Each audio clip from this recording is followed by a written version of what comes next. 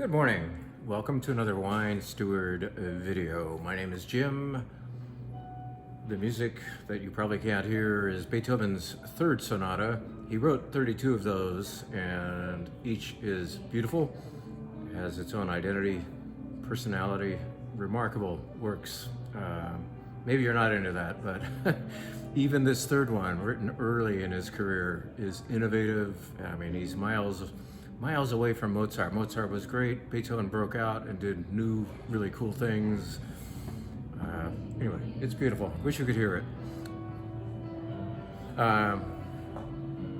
More pertinent to this video, sorry for my wandering, it's so lovely, is the wine of the week. This is our wine of the week. This is, gotta look again, Il Colombaio di Santa Chiara.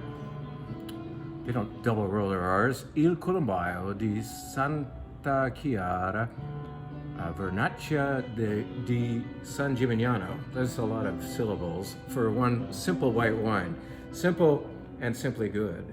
This is the wine of the week. It's also featured on our wine bar, so you can get intrigued and then get your tongue wet with this wine made of the Vernaccia grape in the area of San Gimignano. This is a part of Tuscany with this city of San Gimignano featuring many towers. Hundreds of years ago, all of the wealthy merchant families were proving their importance by building a tower. And so San Gimignano is full of them.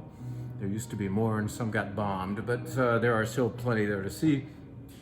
More importantly, the wine from there can be kind of simple, frankly. I think of Vernaccia as one of Italy's more simply refreshing wines, but this particular one is better. And in fact, it's offered by the glass out at Terra Mia restaurant in Livermore, and it's the only white wine by the glass I will order there. I'll come in and Anthony will say, are you doing the dry martini or are you doing the Vernaccia? He'll already know that if I'm doing wine, at least white wine, it's gonna be this guy.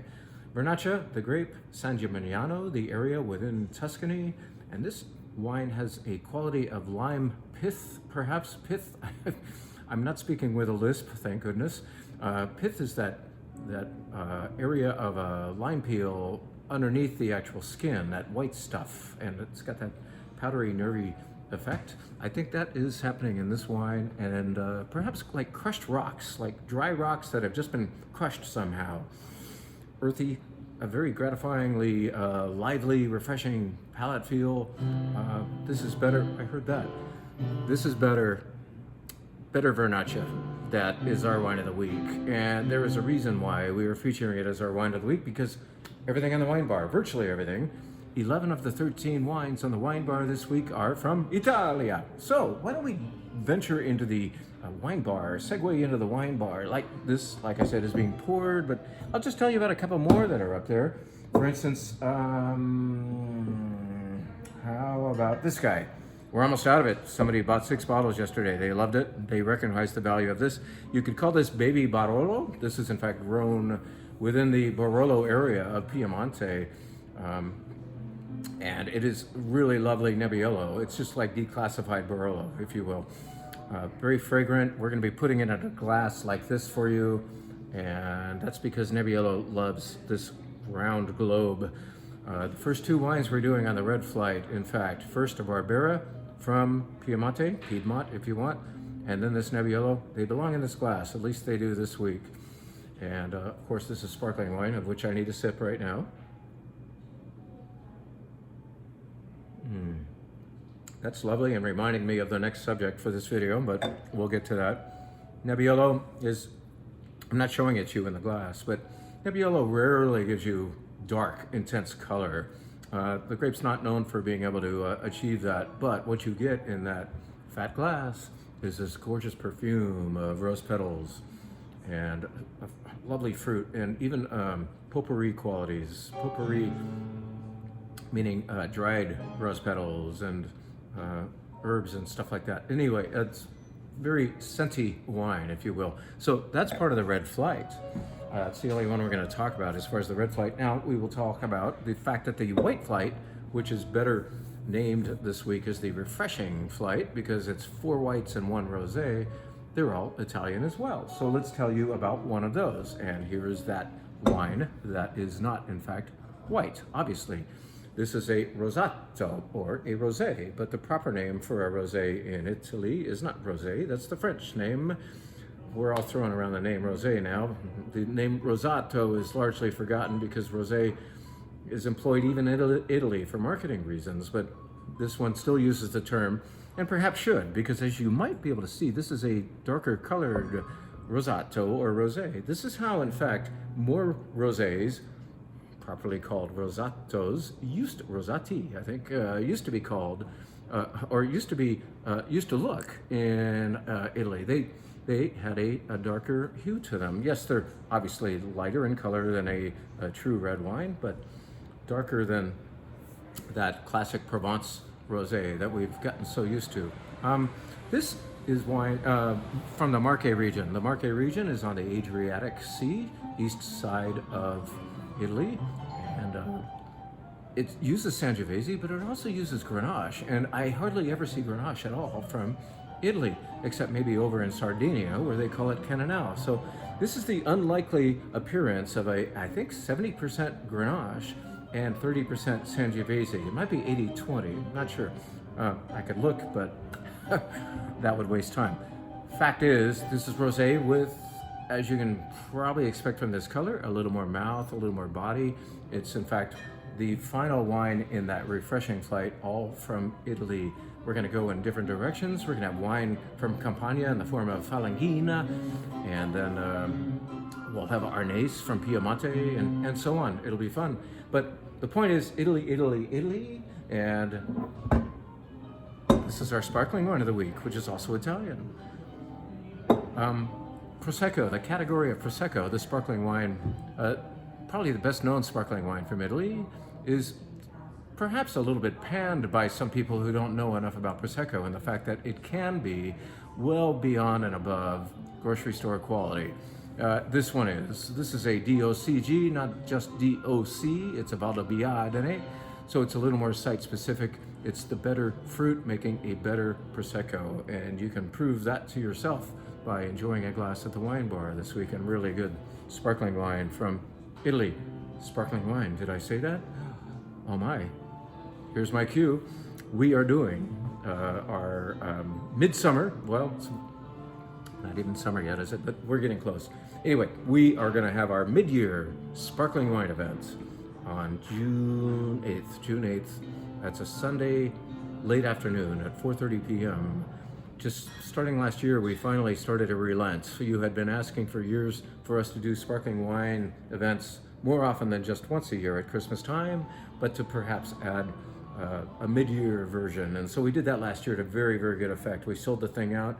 In fact, we offered more seats and added another bottle of all 14 bottles that we showed and sold those out too. So we have a feeling that'll work again on Sunday late afternoon, 4:30 p.m., June 8th, to show, let's say, 6 sparkling wines from around the world, and then 6 that are from Champagne itself. How about that? And maybe we'll have a little intermission with who knows what. But it'll be tasty and nearly all bubbly. It'll be great. So in the meantime, you can start practicing your sparkling wine tasting by enjoying this Prosecco up here at the wine bar right now. Boom.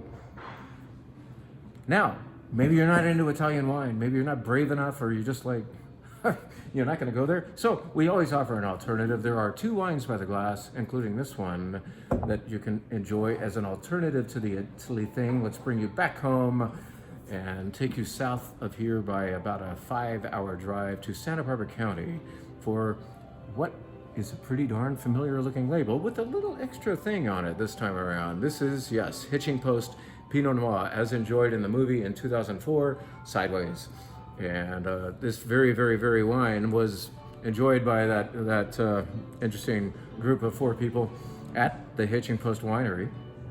Actually, all 4, they hadn't all met yet, I don't think, in that scene. But Highliner Pinot Noir from Hitching Post is offered as a wine by the glass this weekend on the wine bar. And as you can see, this honors the fact that it was released 20 years after the movie was released. So this celebrates the 20-year anniversary of the release, in that this came out in 2024. This 2021 vintage came out in 2024, hence 20 years after 2004 when the movie came out, okay? All that is meant to just say that it's a lovely Pinot Noir from Santa Barbara County, sideways country, and it's lovely. It's very good. You like it, just order it, okay? Where else shall we take you? How about that usual intermission or commercial for the fact that we do sell some food items here, and we've just upped our game. We've upped our game in two ways. We've returned to our game of selling the pastas of Morella. We just got in a big delivery of these beautiful dry pastas from Italy itself. Obviously lovingly packaged as well. This particular one is very colorful, and if you look more carefully, you will see that all of the shapes are reflective of what happens in the sea. There's little sailboats and little sea urchins and shit like that. Anyway, it's nice. A lovely pasta from Morella. All their pastas are really good. We have so many shapes and sizes down there. But Jill really wanted us to point out that we also get in for the first time this one called Monesalia. Monesalia means the leftovers. And if you look carefully, once again, you're going to see colors. It's a multicolored pasta because these are the leftovers from the day's pasta making, where they just made this blend of bow tie and rigatoni and all these different fun things in here. She suggests that the kids would love making this particular pasta because it's got so many colorful shapes, but it's also going to be good because it is this brand from Italy that we've respected for a long time called Marella. So just know that those are here. Now, what's also here that you may not be aware of, because we can't show it like on the floor as obviously, you have to go walk to a freezer and look in and see what's landed there lately. But we do have a freezer down there with some beautiful frozen items from Italy. And in fact, these are ready to make pastas from Italy. This one's called Cheesy Half Rigatoni. And I don't think you're getting half as much, but they're, as you might see, the rigatonis are half the length. Maybe bite-sized rigatoni, right? Sounds pretty delicious. This brand is Ristorante Garofalo. Here's the other one. We have 4 of these, as a matter of fact. I only brought up 2. Spaghettoni all'arrabbiata. So, you know, like a red sauce or more cheesy, creamy sauce. And there's, like I said, 2 others down there to check out and explore. And we're just inviting you to have a look in that freezer once in a while, because you never know what's going to show up. These just did show up, so check them out, all right? One more commercial. The other commercial, the second commercial is for the reminder that we are in the spirits business. And then when we were in Sidetrack Bar and Grill down the street doing our off-site events a week or 2 ago, and I was pouring 3 gins. This was the crowd favorite, the one that sold the most. This is made by 4 Pillars, and they're located in, I think, the Yarra Valley of Australia. I might have the Yarra Valley part wrong. Anyway, we'll get back to that idea. But anyway, generally, we know where it's generally from. It is from Australia. 4 Pillars. We have proudly carried 2 of their gins, and I think I'm going to bring aboard another one since we're kind of on a roll with this really good brand. You know what they do with either this yuzu, which has kind of a citric or citrus fruit orientation. Yuzu is an Asian citrus fruit. So especially good for your gin and tonics, but I've had it in a martini and it's like vibrant that way too. And their olive leaf, which we sell down there, which has more of a almost olive oily texture to it, and employs olive leaves for scent and flavor. Besides the juniper, juniper has to occur in all gins, don't you know? The thread, the common thread between those 2 and the one that I'm thinking about bringing aboard is texture. These are sipping gins, if you're up for that.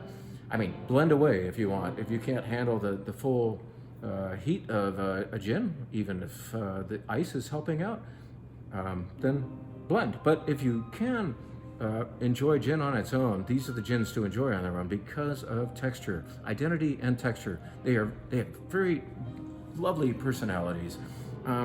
With all the different gins we've brought in, I keep coming back to taking home a 4 Pillars, one or the other, and now there's going to be a 3rd other, I believe.